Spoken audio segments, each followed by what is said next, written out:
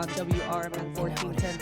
Super excited to be here this morning with our special guest, and she will be sharing a little bit about herself in a few, but this is just a fun conversation over a cup of coffee, right?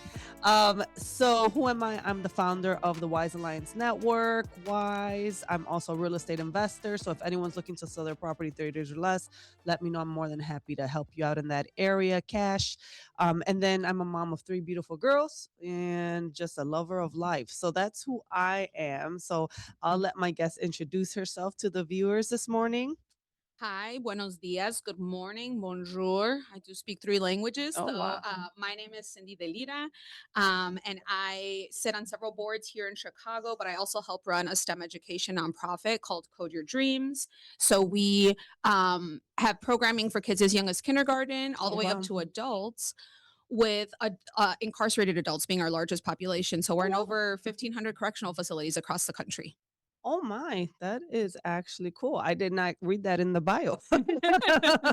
But I'm definitely intrigued. I know that we connected originally how long ago? Maybe about 2 months ago, maybe recently. November, yeah, it was a Poderosa event. Yeah, it was a Poderosa event, which was I connected with so many women in the Chicagoland area that attended that event, and you were there, right? Because you were actually you were hosting, if I'm not mistaken, Yes. right? Mhm. So for those, can you tell us a little bit about that event that you collaborated with? Yeah, Poderosa? so I collaborated with Chingona y Poderosa, and so I have a beautiful co-working office space through my nonprofit that's downtown in the Lyric Opera building. And so I figured what a beautiful way to sort of host this event honoring women in Chicago that are doing extraordinary things. And so it was just the perfect opportunity to collaborate with other Latinas. I think, especially in the tech world, there's not a lot of opportunity to collaborate with women or Latinas specifically. And so any way that I can help bring more women into these spaces makes me feel better. Really? So offline before we actually went live, and it's just a casual conversation. But you know what? Look, before we even go, I gotta ask, how do you like to drink your coffee? Because this is a coffee chat show, and I always like to ask guests, what kind of coffee do you like to drink? How do you like to drink your coffee? So my first preference would be Café de la Olla, and that Okay. is delicious. But if I have to pick up a normal coffee, it would be just with a splash of cream. Café de olla. So what is café de olla for those that don't know what café de olla is? Yes. So as a proud Mexicana, Café de Olla is essentially black coffee, but you use cinnamon, you use brown sugar, Yum. piloncillo, and you drink it like that black. It does not need any milk, and it sort of becomes sweetened with the piloncillo. So it is absolutely delicious. Some people add extra cloves, things of that nature. So I love dimension to Yes. my coffee. Yes. Oh, so good. Yeah. I love café de olla too. I know sometimes it's like super sweet, but I just love café de olla. So that's awesome. I'm usually typically just plain black coffee. Like that's it. But Marcel. No. But it's because I've been trained to drink black coffee, so but if I have to have something sweet, I love café de olla, or I'll do like a white mocha or something like that, right? Yes. But still, okay, cool. So going into back to Latinas in tech, and you're in tech offline before we went live, you mentioned that you don't have a tech background, right? So how did this happen? Yeah, so it's interesting because a lot of folks think I went to school for computer science. I actually don't even have a bachelor's degree. So I went to school to be a dental hygienist. And I was a young mom. So I had my Okay. daughter when I was 18. I'd always worked in dentistry. And so my mom was like, go do this 2 year degree. You get to flexible hours. And so I did that pre COVID, but I also worked for Sherwin Williams where I had some really interesting experiences and I was an interior designer. And one of my Wow. coolest experiences was I was the designer for Michael Jordan's ex wife, Juanita Jordan, who lived downtown. And I actually did not know who she was until I pulled up to this giant mansion. And I was like, you must be someone important. So she was one of my last clients, actually. And she was Michael Jordan's wife for 17 years. So Yeah. she's the mother of all his children. I got to see all of that. It was such a cool experience. But then COVID happened, and none of those jobs were pandemic friendly. Nobody wanted Wow. somebody to clean their teeth or be in their house. Sure. And I thought of all the skills that I had. And so I ended up transitioning into legal technology where I became a technical project manager because I was organized, I was able to get things together, I was very communicative, and a lot of that is lacking in the tech world. So, Yes. I yeah, was like, yeah, right when you said that, I was like, yes. I went into the experience not knowing where my career would take me. I actually thought I was going to learn code or be like a software engineer. And then people saw me and were like, you should be a project manager. This is for you. And I loved it. I did it for a couple years, but I realized I need more people interaction because as much as I love True. my technical folks, they're very quiet. You kind of have to force conversation out of them. So I transitioned into partner enablement and marketing within the same company where I got to interact a little bit more publicly facing because throughout my time within that company, I was finding opportunities to speak at conferences. I was doing interviews and they were like, this is a little bigger than just being a technical project manager. So where else can we fit you in? And so I just thought of the things that I love to do and figured, how can I transfer that into a technical job? I love that. And you're right, right? Sometimes when you meet a lot of tech people, they're just so reserved, so to themselves, so introverted, right? They just like being behind a computer screen, right? So it is refreshing when you meet someone with those skills and you're like, wow, you actually have a conversation. That's awesome, right? But Yes, and being able to kind of be a little bossy. I feel like within the tech world, like there are really, really smart people, but you need to reinforce those guidelines. And as a Latina, and a mom, that came very natural to me to just sort of tell people what needed to be done or what it is that I needed them to do. I love that. Yeah, you definitely I can definitely feel that you are very assertive and A type. Like just by having this conversation with you right now, right? So I'm like, okay, cool. So how is it that is a cool story that you did the whole interior decorating for Michael Jordan's wife. So was that the mansion, the main mansion, or what you said in downtown? You said it So was? it was like West Loop. It was not the main one because I know they had like a big condo over by the lake. So it was just like when I saw the address, I was very curious. And then I ended up Googling Juanita Jordan because I was like, how many Juanita Jordans are there? And the only thing that came up was Michael Jordan's ex wife. And I was like, why would she go to Sherwin Williams to book an interior designer? And I second guessed myself. So I had my manager come with me to the appointment because I was like, what do I know? And surprisingly, Juanita was like, I do not want to hear from your manager. I Oh want to hear wow. from you. And so she was like, what are your recommendations for my space? Oh my god, I love Yeah. that. And as I talked Was your to it, manager a man? no, it was a woman. Oh, okay, okay. But I think she just came at it a little bit more formal. And so she was like pushing the things that she thought. And Juanita was like, I want to hear from her. Oh, Like, what do you think nice. is trending? And so as I began to give my color recommendations, she was like, great, let's talk more. Like, now let me add an accent color. She was very into purple. So we were picking these neutral colors that could also go with purple. I was picking out colors for her office, which also had a salon in it, which I thought was really cool. Oh, that's cute. So, Yeah. and I didn't get to see the whole mansion. It was just the first 3 floors that we did, and I think it was 5 total. Oh, wow, that's Yes. super cool. That's a so your background is in that, and then you fell into tech because of and then, your personality fit very well with it with the project management and stuff like Yes. that.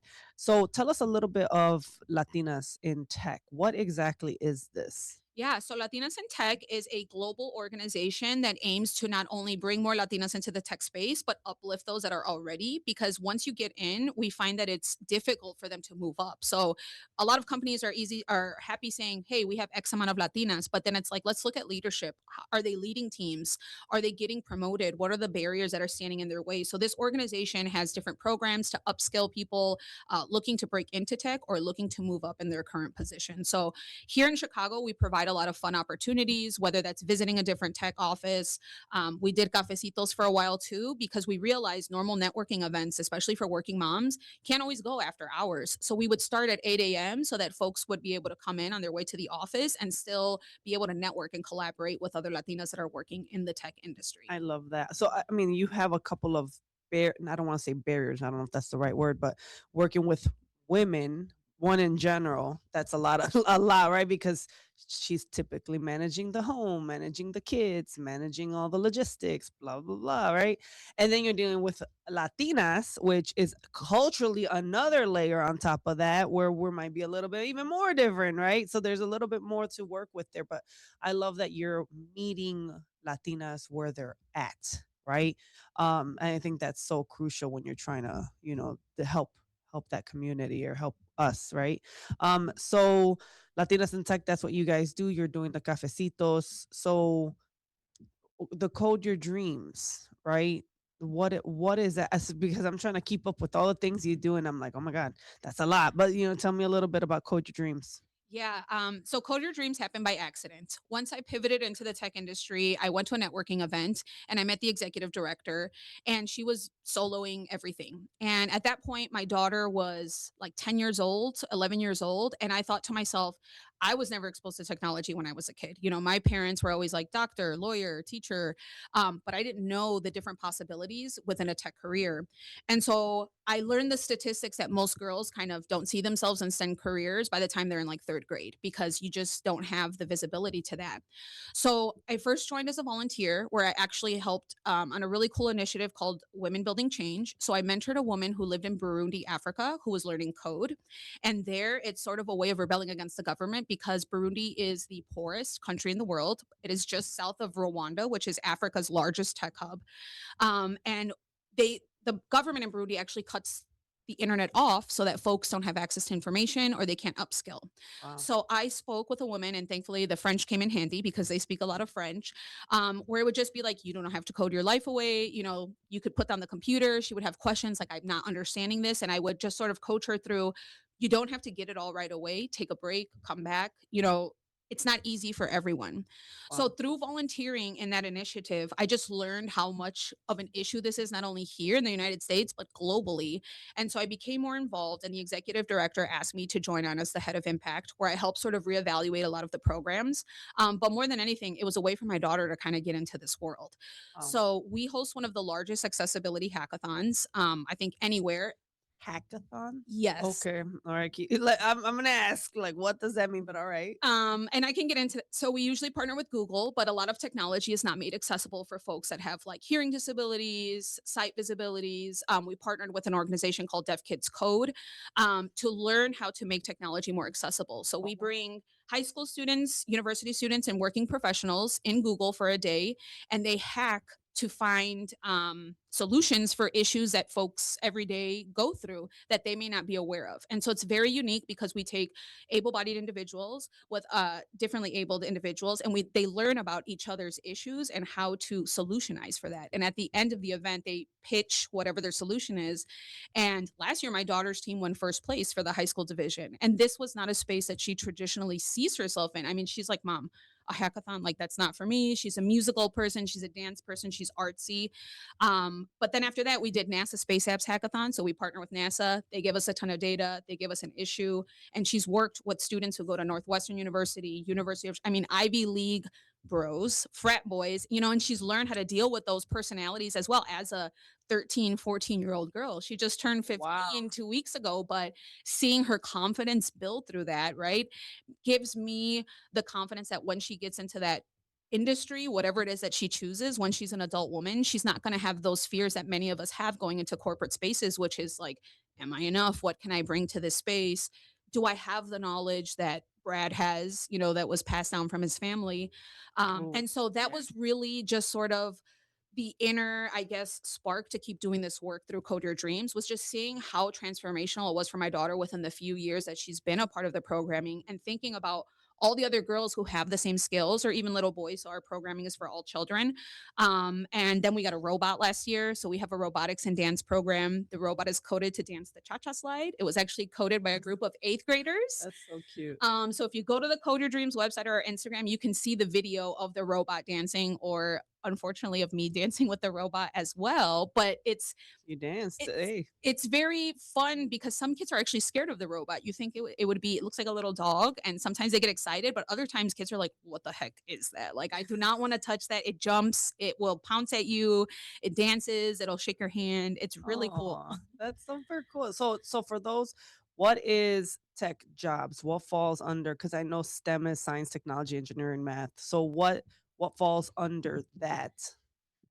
Everything, and I didn't know that. So, for example, Okay. non-technical things, sales, customer success, that's all relationship management. I Sure. mean, you have HR, you have business operations. So that's actually where I started, was a lot in operations and figuring out how do different teams work together what softwares do they need.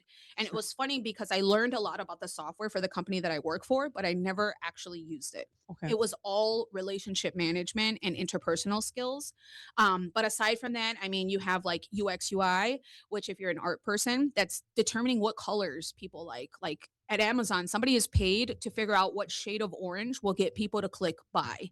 And so if you Mhm. ever notice that buttons are different colors, that's a job. There's research for that. There's somebody that's changing it from orange to blue to purple. And that's their only job is just to figure out what colors get people to interact with the page more.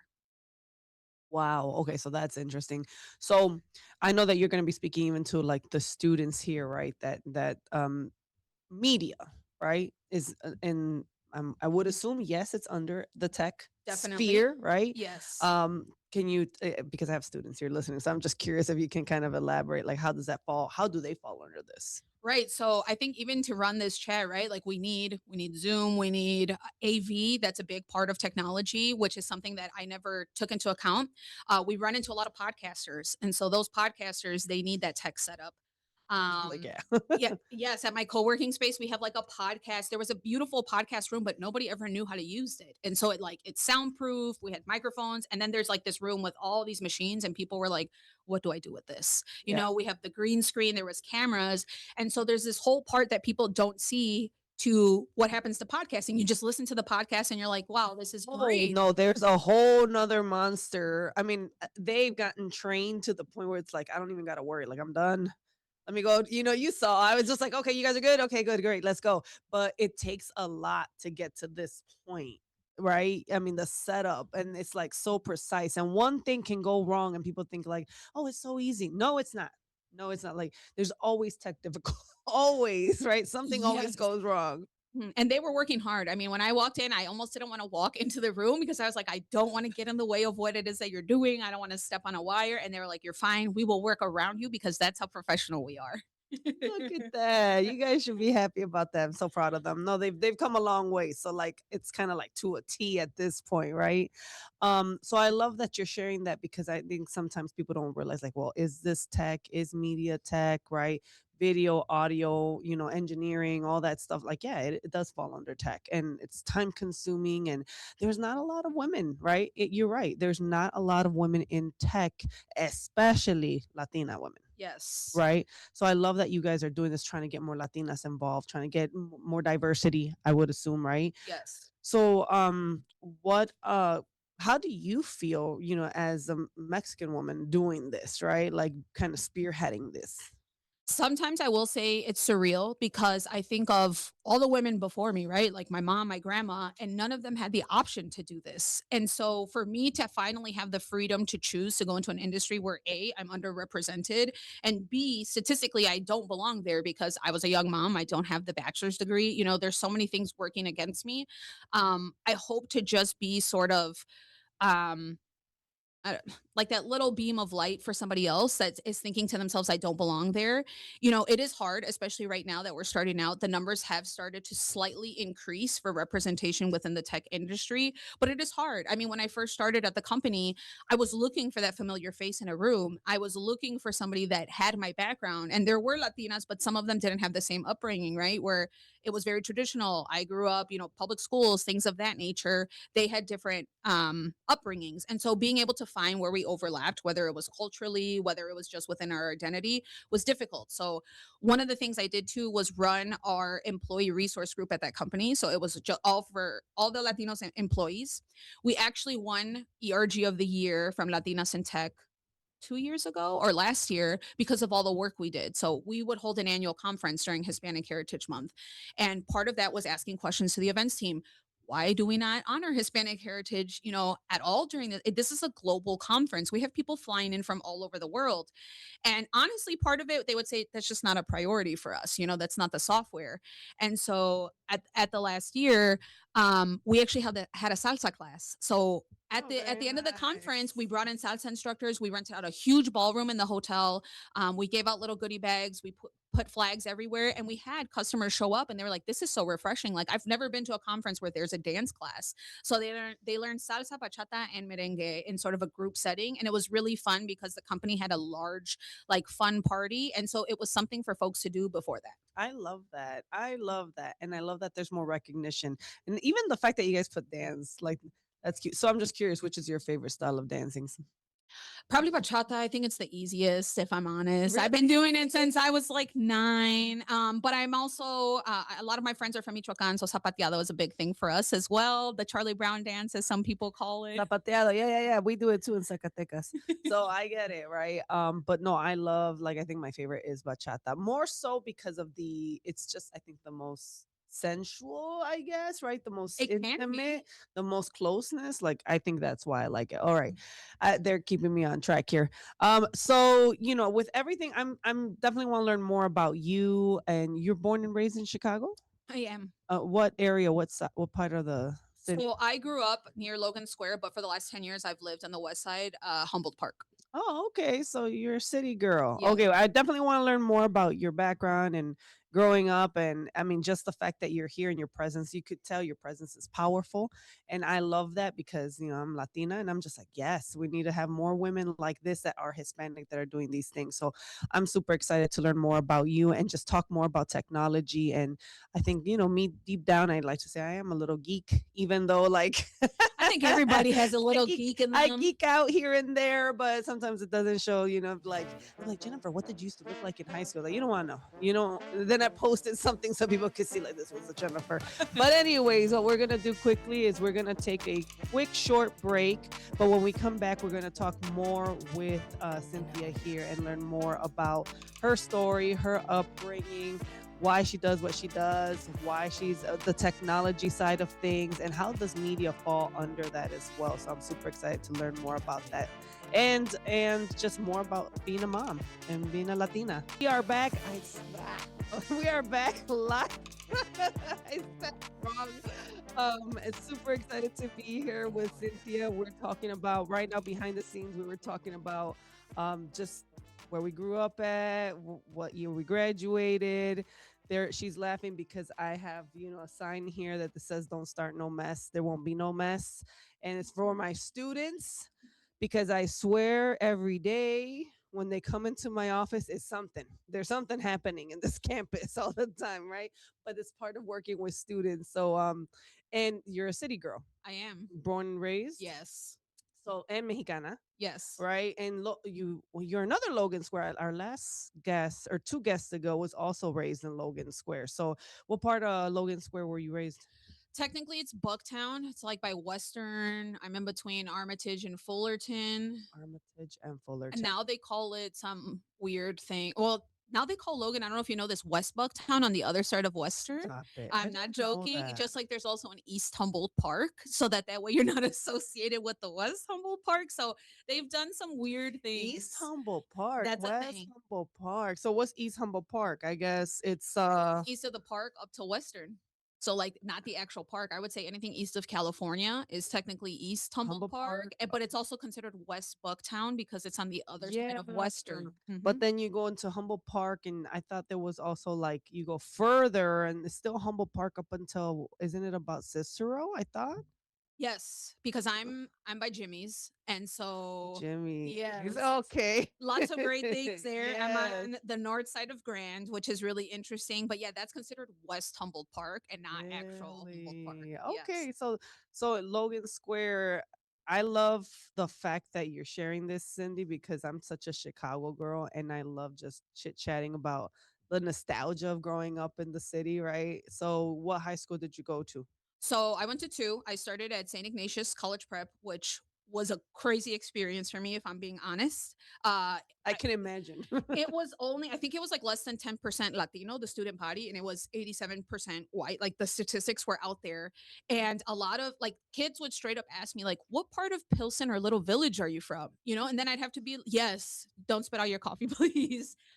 But this was like a real thing, and they would ask me like, "Is your dad like? Does he do lawns? Can he come and do my family's? Do you have a business card?" Oh And man, I would have been fighting. my dad, so I think there's a reason why I was not angry as a child because literally I would just like be very passive and I would just look at them and be like, my dad's a truck driver. Like, I don't know what you're talking about. And I also live a mile away from Lincoln Park. So I don't know where all of this is coming from. But like in my mind, I was very innocent. I always saw the good in people. So I did not think like, oh, this is them trying to take a stab at me. But it was just very interesting because yeah, I'd get on the train. I was usually one of the only kids that got on the blue line because everybody took the metro out to the suburbs. But Really? it was just an interesting experience because these kids would show up with designer like, I mean, I never saw so much Louis Vuitton in my life and like real Chanel. I was used to going to the Garra and like getting, like the Like knockoffs or the whatever. on Division Street? No, so I used to go to Maxwell Street with my dad. Maxwell Street. Yeah. Yes, on Sundays. And that was like a thing that we did. And, like every now and then he'd be like, fine, you can have the little purse for $20.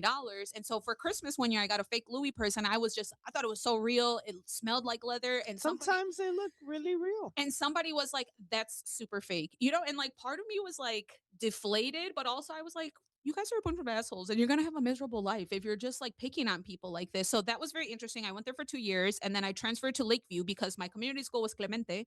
And back in the early 2000s, my parents were like, heck no, we need to get you into somewhere else. And so my dad literally stood with me at Lakeview for 2 days because they told me they were full. And he was like, well, we will wait until there's a spot. And so I just like waited in the auditorium with my dad until one day they're like, cool, we can make you a schedule. And then I Oh ended up there. wow, Lakeview. Well, and going from St. Ignatius to Lakeview, I'm sure it was totally different. Actually, now that I think about it, my sister used to play. You said that you played water polo. So my sister played water polo for Von Steuben, and she's your age. So you guys probably played against each other. So for those that don't know what water polo is, what is you could tell them what water Well, polo we were is? talking, to me, it's like soccer and water. It is. It is. That's Literally. essentially what it is. And you just have, instead of running, you're swimming the ball and you can use your hands to throw the ball into the goal. But other than that, it's essentially the same thing. There's a goalie, you're trying to go from one end to the other. What makes it trickier, I think, is that you're underwater. So there is a lot of stuff happening underwater that I the know referees cannot exactly see. what's happening. I mean, I remember hearing my sister because I used to coach water polo for the park district because I was a swimmer. But I remember like these little kids, man, they were like some bad little kids. And I was like, I trained my kids with integrity. I was like, no, I was big on like we don't do that. We good, good sportsmanship, right? We shake hands, right?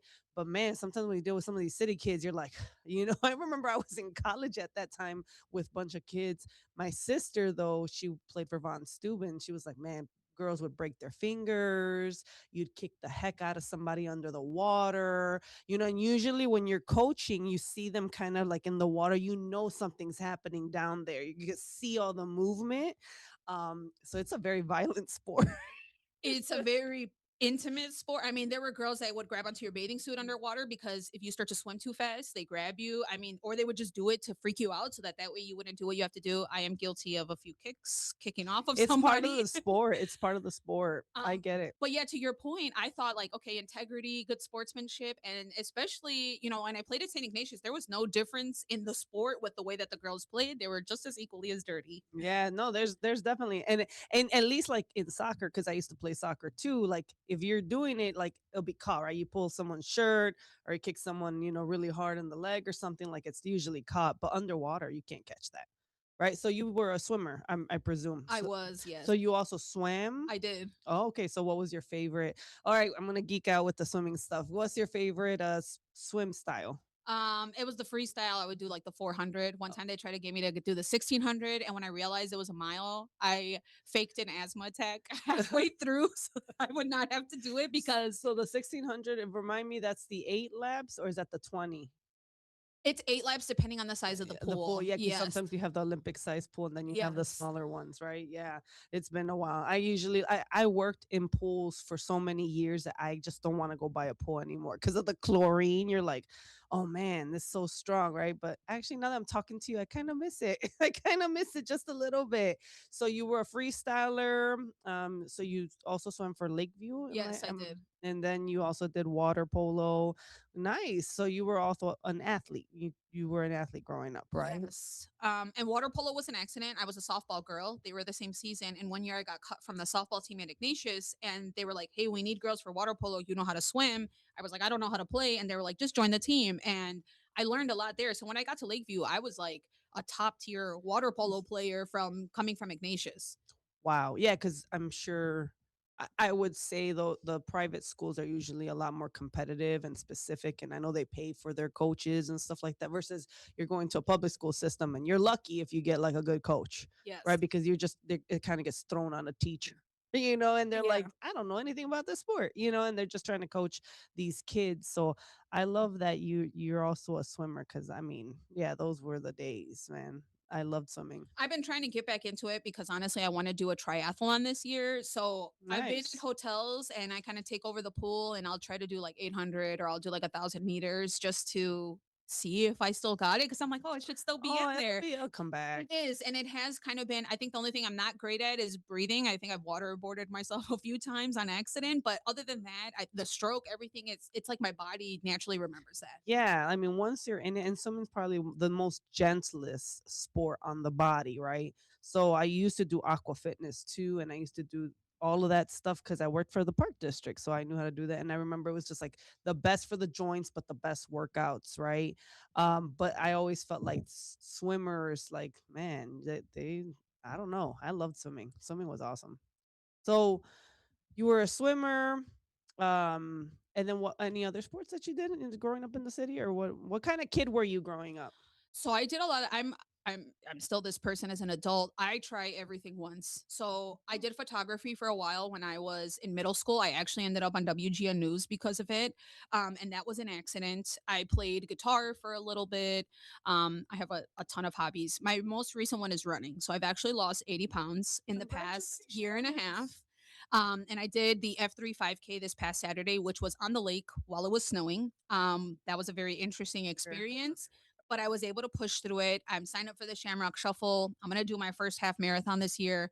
I was never a running girl. So to me, it was very boring. I just never saw why people would do it. And I think now that I'm an adult woman and there's so many things in my head all the time, running is the way for me to clear that, right? Like the more that I run, the more time it forces me to think. And especially when you do what I call the raw dog run, which is no music, no nothing. It's like you and your thoughts. You're forced to sort of solutionize for things or think of what's going on.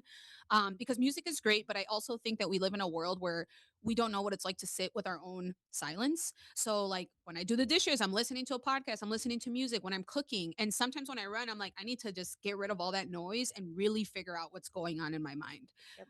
Yep. And that for me has been really transformational, especially as I begin to look at what does the next chapter in my life look like professionally, personally, what is that doing for me? And so that has been a big thing for me lately, aside from all of the boards that I sit on and all of the other things that I do. And me and my daughter are running for LSC actually in March. So Nice.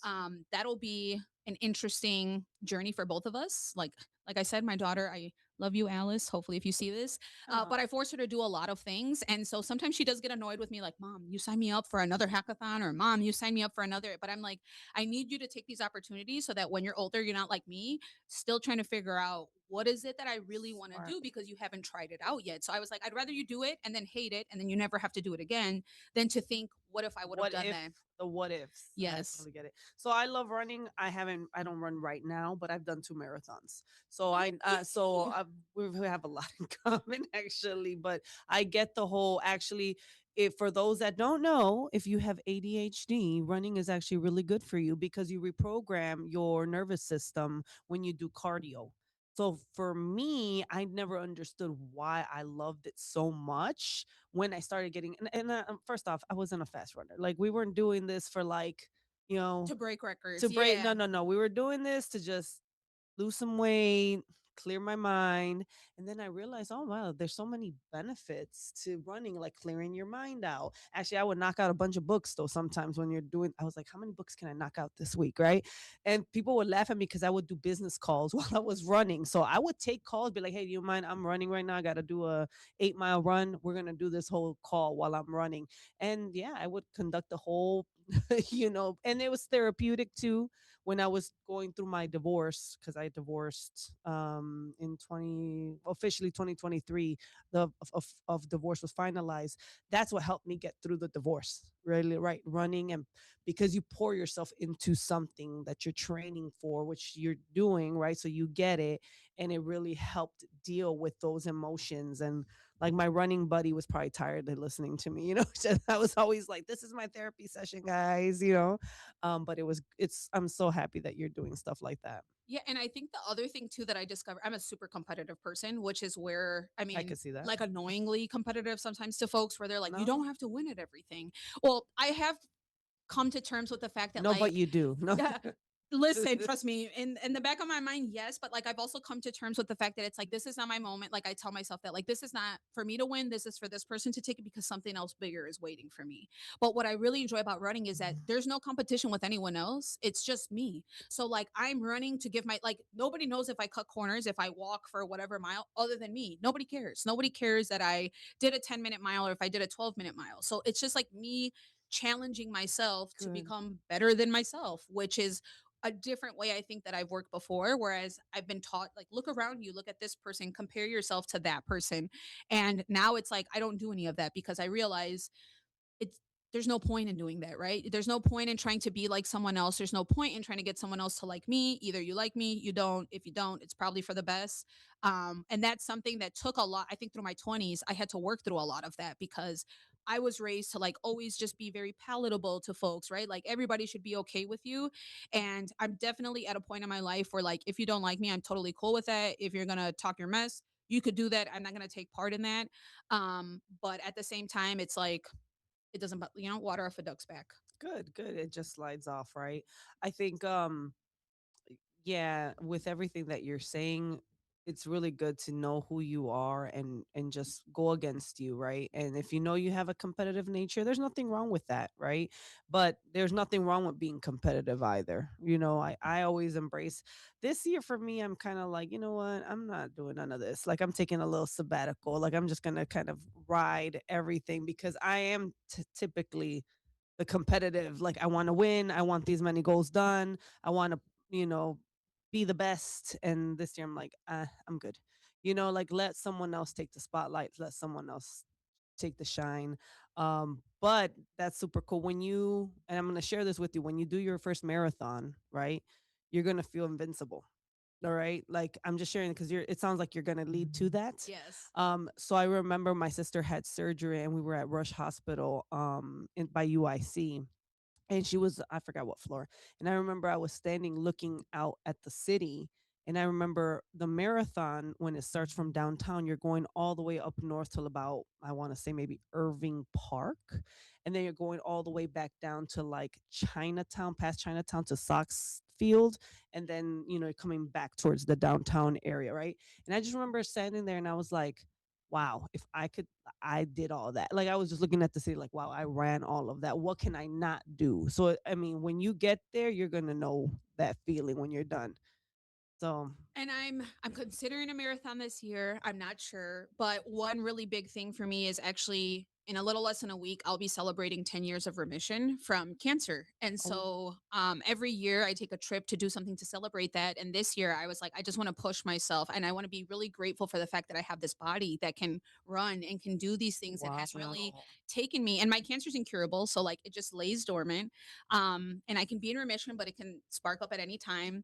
That in itself was a really difficult journey. I was 22 and I had to force doctors to diagnose me because I was so young and they were like, you don't know what you're talking about. But I had tonsil cancer. So that's why it was very rare. They had no idea how I got it.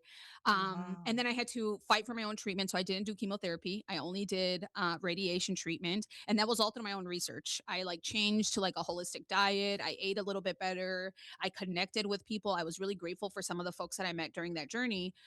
Fought with insurance companies to like try to approve my radiation because they were saying it was experimental at the time while being a single mom. So my daughter was 4. So like I had to navigate her, and she still has memories. Like she's like, I remember times where I'd come home and you couldn't talk. And she's like, and I thought I did something bad and like you don't want to talk to me. But she's like, now I realize you were sick. Like I had radiation in my throat, so I wasn't able to speak.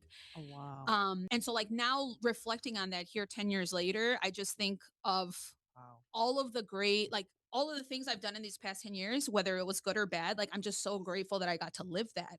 And I think that like so the fact that you're saying I'll feel invincible, it's like even when I do the Shamrock Shuffle, which is the 8K or the half marathon, like just thinking about crossing that finish line, something that I had never, like I said, running was just never something I imagined. Never thought I'd even get through a mile. In high school, I was like a 15-minute mile because I didn't care.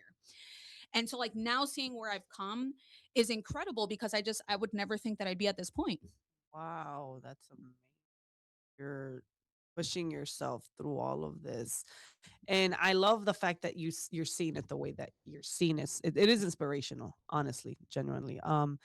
Yeah, no, when you decide to do it, just so you know, the training starts in May. Just saying. If you choose, May is around the corner. Anyone that wants to do a marathon, you can sign up and pick one of these great not-for-profits that you could run for and raise funds for, whatever it is on the marathon website. But for Chicago Marathon, it starts the training in May. It's a 20-week training program, so you could run it by October. Just putting it out there. I don't know why. Maybe something to think about. Yeah, I'm actually working with an organization called Peace Runners. So they're based in the West Side out of Garfield Park, and they have a running program. So they're helping me train for the half. And so I think every month leading up to the half, I'll be in a different race.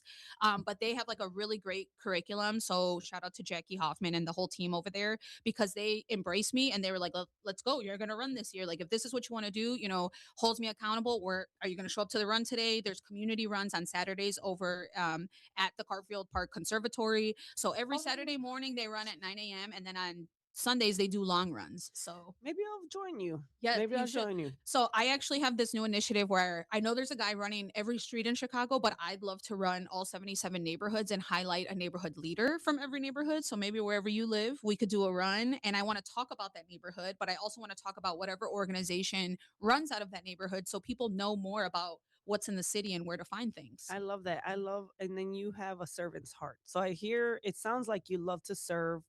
You do a lot of nonprofit work. Why is that? I think for me, I've always had my heart has always been to help others. And I tried to do that like the corporate way. I wanted to be a lawyer. I became a paralegal. I had a really bad case where my client got a default judgment for $10 million. He was paralyzed from the waist down. But I had to translate in Spanish that he wasn't going to see anything because the person that hit him didn't have insurance, didn't have assets. So there was nothing to collect from. So that was my job. And I was actually getting ready to go to law school. And when I realized like he was like, "What do you mean? The judge just said I got $10 million." And I was like, "Right, but if there's no money to collect from the other person, you'll just never see that unless you open up a separate case to garnish this person's wages or whatever it is." And this was like an older lady. So my attorney was like, "It's never going to happen. Like, we won and the case is over, but there's nothing to collect." And so for me, I've always found myself wanting to be that connector between communities, between resources, and I've always been very politically inclined, but obviously with the way politics always are, there's always a lot of corruption. There's a lot of, capitalism in there and corporations and things. And so I wanted to start first in the nonprofit world, doing some of this work to understand what are the issues that communities are facing, what are the communities that need the most help, because eventually once I'm old enough, probably 2032, I would like to have a presidential run. And many people ask why. And I just remember being in fourth grade and like reading history books and thinking, like, man, this is a lot of men that we're learning about, like Christopher Columbus, all the presidents, it's John this, John that. And I was like, one day there will be a woman there, And I was like, well, how cool would it be if it was me? And I remember sharing that thought with my dad. And my dad, mentioned, not only would you be the first lady president, but you'd be the first well, not the first minority, but a minority woman, like a Latina woman. Can you imagine that? And ever since then, that's been ingrained in my mind. So I've just wanted to find ways in which I can show up for communities on smaller levels before I go for this huge run. I love that. So I love the conversation that we're having. Can you share a little bit about if someone wants to reach out to you or get to know you more, where can they go? Yeah, so you can find me on LinkedIn as Cynthia M. Delira. You can also find me on Instagram, and that is Cindy underscore licious, with Cindy being spelled Sindee _licious, or on Facebook. And then if you'd like to connect any further, feel free to email me. So that would just be Cindy@codeyourdreams.org. Wow, I think that you are definitely an interesting person. I've enjoyed this conversation a lot. I think just learning about how inspirational you are, how what you've overcome, how you're, into your fitness now and your fitness journey, right? the nonprofit work. I love the fact that you want to go to different places and kind of I'll run with you. Like I can't I live in the suburbs now. So I'm like, I was raised in the city, born and raised. I love Chicago, don't get me wrong, but I moved to the suburbs just because I said that I wanted a calmer a calmer lifestyle, I hear you. you know. But don't get me wrong, I was in these streets, uh not in a bad way. Like not in a bad way, but I was out there, We're not right? judging. We listen, but we don't judge. Don't judge. But I mean, I love the city. I love Chicago. I do real estate, so I'm always traveling through Chicago, getting to know different neighborhoods, just like you. But I'm a big foodie, so I like to try little restaurants everywhere. Just like I want to know the neighborhood spots. Like I want to know the hood spots. I want to know like where can I go get like the best gyro or best hot dog or best burger, right? So I'm just that person, right?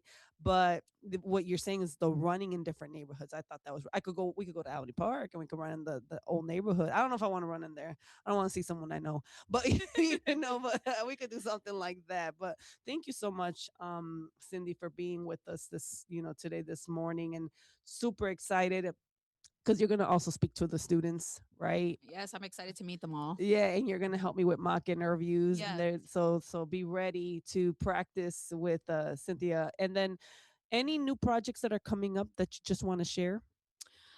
So something that I can think of is Code Your Dreams is actually we're going to be a part of the New York Half Marathon next month. So if anybody's there in New York, please feel free to cheer us on. And I think one thing I can tease at is there will be another run of some kind this year that I Okay. will formally announce in the summer. But I will definitely need help on that campaign, and it'll be much more local to Chicago. Nice. Well, thank you so much. Thank you for everyone watching. We appreciate you guys. I appreciate you. You guys have a great rest of your week. God bless you guys. Take care.